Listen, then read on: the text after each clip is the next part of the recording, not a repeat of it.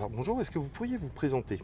Alors Laurence Müller-Braun, je suis conseillère d'Alsace du canton d'Erstein, présidente d'Alsace à vélo et sénatrice du Bas-Rhin. Alors, Alsace à vélo, forcément ça nous parle aujourd'hui, on est sur ce barrage EDF. Quelle a été l'intervention d'Alsace à vélo dans ce projet? Alors, Alsace à vélo réunit un collectif de 10 collectivités. Donc vous avez bien la collectivité européenne d'Alsace, vous avez Strasbourg, Colmar, Mulhouse, d'autres agglomérations comme Haguenau, Saint-Louis, etc. L'ADT, et la région, la grande région bien sûr, pour avoir des lignes de décision dans la valorisation de la pratique du vélo. Donc nous, notre intervention, elle n'est jamais financière.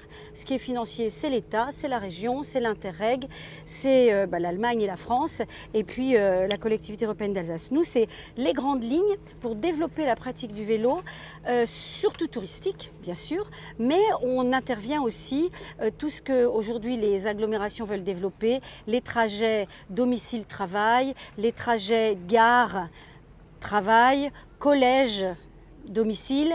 Vous voyez, on va même dans ce sens parce qu'on apporte l'expertise de ce collectif qui existe depuis longtemps et moi je le préside depuis 2015.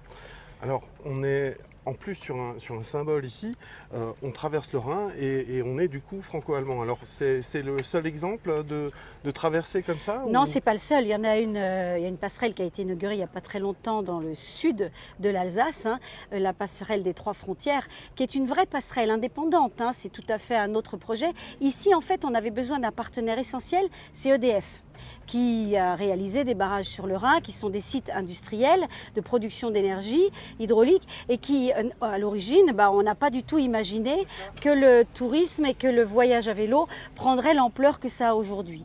Et il a fallu discuter longuement pour convaincre EDF, mais aussi trouver les financements pour réaliser ces passages, il y en a plusieurs maintenant tout le long du Rhin sur la frontière alsacienne.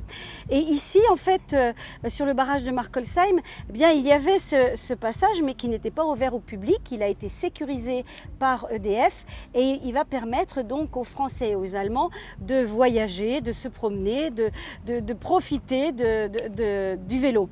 En fait, c'est un très beau moyen de voyager parce que on respire les odeurs, on sent là le fleuve.